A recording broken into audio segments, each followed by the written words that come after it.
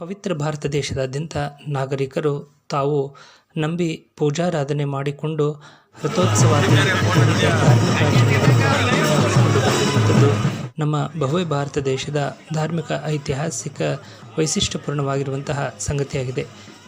ದಾವಣಗೆರೆ ಜಿಲ್ಲೆಯ ಹೊನ್ನಾಳಿ ತಾಲೂಕಿನ ಕುಳಗಟ್ಟೆ ಗ್ರಾಮದಲ್ಲಿ ಶ್ರೀರಾಮನವಮಿ ನಿಮಿತ್ತವಾಗಿ ಗ್ರಾಮದೇವರಾಗಿರುವಂತಹ ಶ್ರೀ ಆಂಜನೇಯ ಸ್ವಾಮಿ, ಶ್ರೀ ಕಲ್ಯಾಣ ವೆಂಕಟೇಶ್ವರ ಸ್ವಾಮಿ ದೇವರ ಬ್ರಹ್ಮರಥೋತ್ಸವ ನಿಮಿತ್ತವಾಗಿ 3 ದಿನಗಳ ಪರ್ಯಂತ ಪ್ರಮುಖವಾದ ಧಾರ್ಮಿಕ ಆಚರಣೆಗಳನ್ನು ಇಂದಿಗೂ ಕೂಡ ಮುನ್ನಡೆಸಿಕೊಂಡು ಬಂದಿರುವಂಥದ್ದು ಕುಳಗಟ್ಟೆ ಗ್ರಾಮದ ರಥೋತ್ಸವದ ವೈಶಿಷ್ಟ್ಯವಾಗಿದೆ.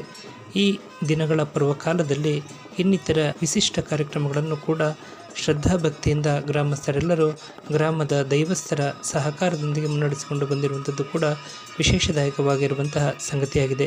ಶ್ರೀರಾಮನವಮಿಯ ಮರುದಿವಸ ದಶಮಿಯ ಮುಂಜಾನೆಯ ಪ್ರಾತಃ ಕಾಲದಲ್ಲಿ ಸೂರ್ಯೋದಯದ ಪೂಜೆಯಾಗುತ್ತಿದ್ದಂತೆ ದೇವಸ್ಥಾನದ ಆವರಣದಲ್ಲಿ ಮಂಚಗಳ ಮೇಲೆ ಗ್ರಾಮದೇವರ ಉತ್ಸವ ಮೂರ್ತಿಗಳನ್ನು ಮಂಚದ ಮೇಲೆ ಕೂರಿಸಿ ಮುಂದಿನ ಅಂಗಳದಲ್ಲಿ ದೈವಸ್ಥ ದಾಸಪ್ಪರಿಂದ ಓಕುಳಿ ಸೇವೆಯನ್ನು ವಸಂತೋತ್ಸವ ನಿಮಿತ್ತವಾಗಿ ನೆರವೇರಿಸುವಂಥದ್ದು ಗ್ರಾಮದ ಧಾರ್ಮಿಕ ಆಚರಣೆಯ ಓಕುಳಿಯ ಪದ್ಧತಿಯಾಗಿದೆ. ಪ್ರಸಕ್ತ ವರ್ಷವೂ ಕೂಡ ನಿಯೋಜಿತ 3 ದೈವಸ್ಥ ದಾಸಪ್ಪನವರು ಓಕುಳಿ ಸೇವಾ ಕಾರ್ಯದಲ್ಲಿ ಪಾಲ್ಗೊಂಡು ಶ್ರದ್ಧೆಯಿಂದ ತಮ್ಮ ಸೇವಾ ಕಾರ್ಯವನ್ನು ನೆರವೇರಿಸಿದ್ದು ಈ ರೀತಿಯಾಗಿ ಮೂಡಿಬಂದಿದೆ.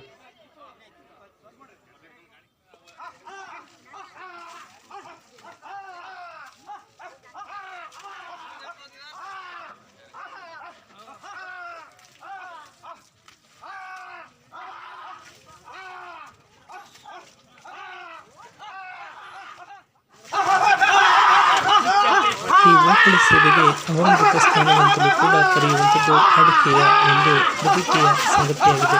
ಗ್ರಾಮದ ಗುರು ಹಿರಿಯರು ಪಾಲ್ಗೊಂಡು ಗ್ರಾಮದ ದೇವಸ್ಥಾನದ ಸನ್ನಿಧಾನದಲ್ಲಿ ಶಾಸ್ತ್ರೋಕ್ತವಾಗಿ ಓಕುಳಿ ಸೇವೆಯನ್ನು ವಿಧಿವತ್ತಾಗಿ ನೆರವೇರಿಸಿದ್ದು ಕುಳಗಟ್ಟೆ ಗ್ರಾಮದ ಧಾರ್ಮಿಕ ಆಚರಣೆಗಳ ವೈಶಿಷ್ಟ್ಯವಾಗಿರುವಂತಹ ಸಂಗತಿಯಾಗಿದೆ.